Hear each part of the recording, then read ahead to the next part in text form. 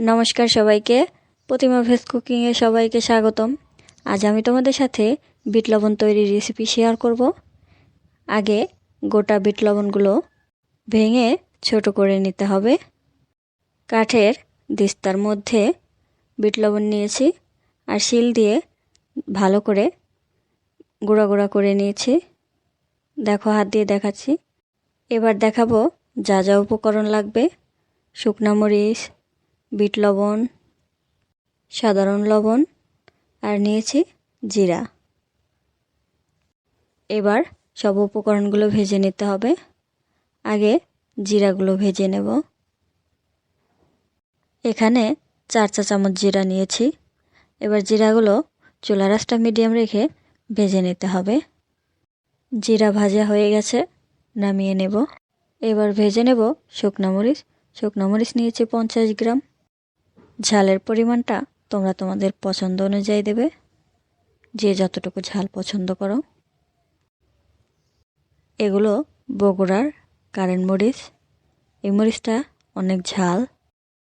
মরিচগুলো লো আঁচে অনেকটা সময় নিয়ে ভেজে নিতে হবে, এতে করে মরিচগুলো পুড়বে না। মরিচ ভাজা হয়ে গেছে। এবার বিট লবণ ভেজে নেব। 200 গ্রাম বিট লবণ নিয়েছি। বিট লবণটা এবার কিছু সময় ভেজে নিতে হবে। বিট লবণ ভাজা হয়ে গেলে কালারটা পরিবর্তন হয়ে যাবে। বিট লবণ ভেজে নেওয়া হয়ে গেছে, এবার নামিয়ে নেব। এবার ভেজে নেব সাধারণ লবণ। সাধারণ লবণ নিয়েছি 200 গ্রাম। লবণটা ভাজা হয়ে গেলে ঝরঝরে হয়ে যাবে। লবণ ভাজা হয়ে গেছে, এবার নামিয়ে নেব। এবার ভাজা জিরাগুলো গ্রাইন্ডারে গুঁড়া করে নেব। গ্রাইন্ডারের ভিতরে জিরাগুলো দিয়ে দিয়েছি। এবার ঢাকনাটা লাগিয়ে দেব। ঢাকনা লাগানো হয়ে গেছে। এবার সুইচটা চাপ দিয়ে ধরে রাখতে হবে। গুঁড়া করা হয়ে গেছে। এবার ঢাকনাটা খুলে একটা চামচ দিয়ে দেখাবো। এবার গুঁড়া করে নেব শুকনো মরিচ। শুকনো মরিচগুলো গ্রাইন্ডারের ভিতরে অর্ধেকটা পরিমাণ দিয়ে দেব। আগে অর্ধেকটা পরিমাণ দেওয়া হয়ে গেছে। এবার ঢাকনাটা লাগিয়ে আবার সুইচটা চাপ দিয়ে ধরে রাখবো। দেখো, মরিচগুলো গুঁড়া হয়ে গেছে, অনেক সুন্দর গুঁড়া হয়ে গেছে।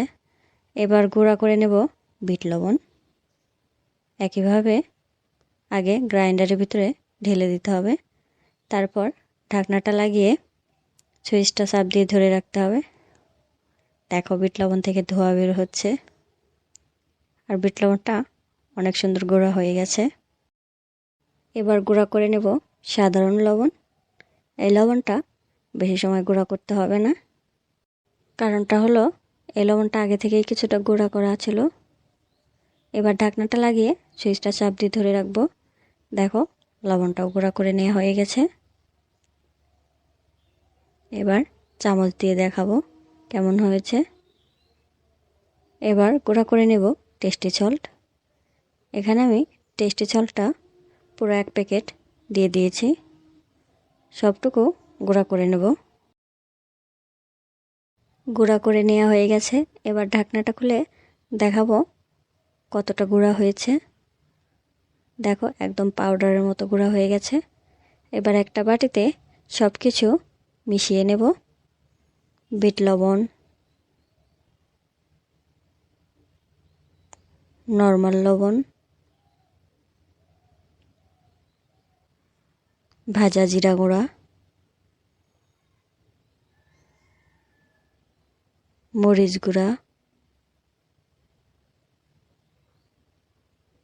টেস্টি সল্ট 1 চা চামচ দেব। টেস্টি সল্ট দেওয়ার কারণে বিট লবণের স্বাদটা একটু বাড়বে, আর খুব বেশি দিলে মিষ্টি মিষ্টি হয়ে যাবে, তাহলে ঝালটা আর খুব বোঝা যাবে না। এবার সব কিছু ভালো করে মিশিয়ে নেব। মিশিয়ে নেওয়া হয়ে গেছে। আজকের এই বিট লবণ তৈরির রেসিপিটা তোমাদের কেমন লাগলো অবশ্যই কমেন্ট করে জানাবে। সবাই ভালো থাকবে, সুস্থ থাকবে। নমস্কার।